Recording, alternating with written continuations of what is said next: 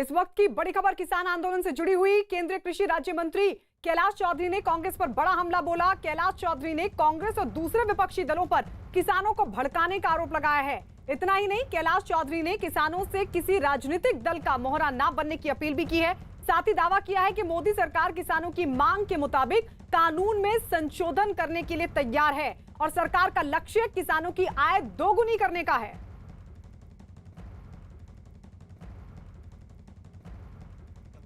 क्या वजह है?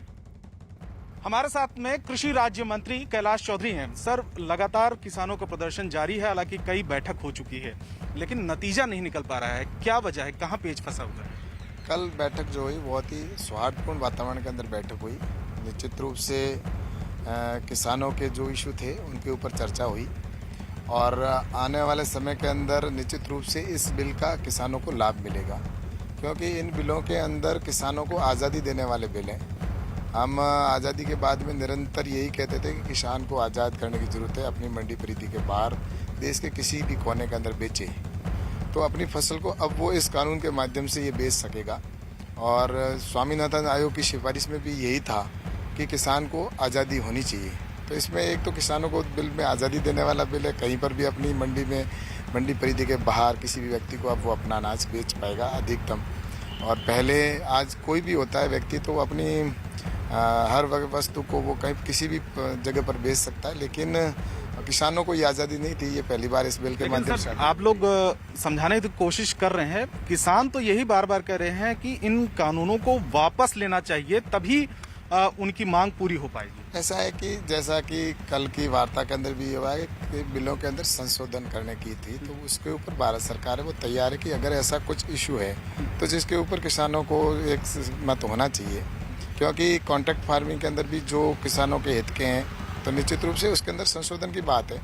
और मैं तो ये सोचता हूँ कि पहली बार किसानों को इतना अच्छे बिल प्रधानमंत्री जी नेतृत्व में जो आज से, मैं तो ये चाहूँगा कि अगर किसान आज से कुछ पीछे जाकर देखेंगे तो कांग्रेस के समय के अंदर या यूपीए की सरकार थी, उस समय तो किसानों का बजट ही इतना नहीं होता था कि किसान को उसमें आत्मनिर्भरता हो। अच्छा, 8 तारीख को जो भारत बंद का ऐलान किया है, हालांकि आप लोगों की 9 तारीख को फिर बैठक है, कई दौर की बैठक हो चुकी है, तो 8 तारीख को कैसे आप लोग कंट्रोल करेंगे? लोगों को तो काफ़ी दिक्कतें होंगी।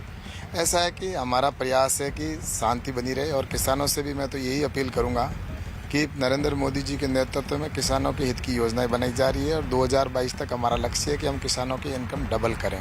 तो उसके लिए इन कानूनों के माध्यम से ही हम किसान की इनकम को बढ़ा सकते हैं।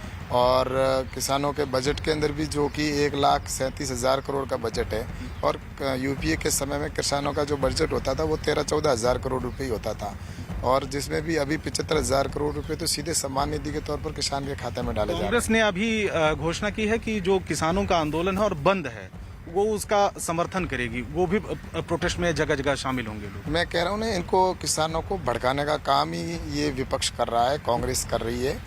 बाकी किसान पूरे देश के अंदर देख रहा हूँ कि मैं पहले भी हमारे सब जगह गए, किसानों ने इस बिल का समर्थन किया है।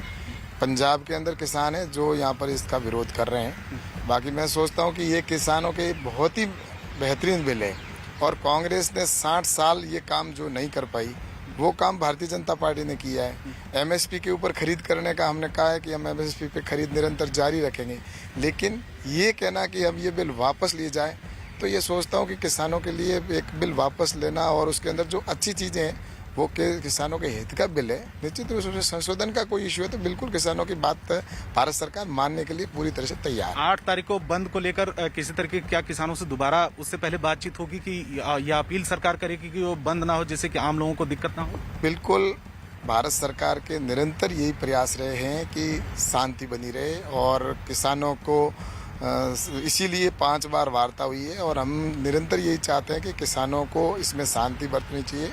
और क्योंकि देश के अंदर आज जो लोग अराजकता फैलाना चाह रहे हैं उनको ये अवसर नहीं मिले कि उनके टारगेट में कि किसान उसका मोहरा बन जाए, क्योंकि किसान को हमेशा मोहरा बनाया गया है। इस तरीके की अपील करेंगे 8 तारीख के लिए? मेरा तो सभी किसान भाइयों से ये निवेदन है, अपील मैं तो निवेदन ही करना चाहूँगा कि देश में शांति बनाए रखना है। अपना देश है, अपना पूरा, और आने वाले 8 तारीख को उससे पहले कोई रास्ता निकले इसके प्रयास हम निरंतर कर रहे हैं। लेकिन निश्चित रूप से किसानों को नरेंद्र मोदी जी के ऊपर भरोसा रखना चाहिए, क्योंकि मोदी जी हमेशा देश हित चाहते हैं और किसान का हित भला चाहते हैं।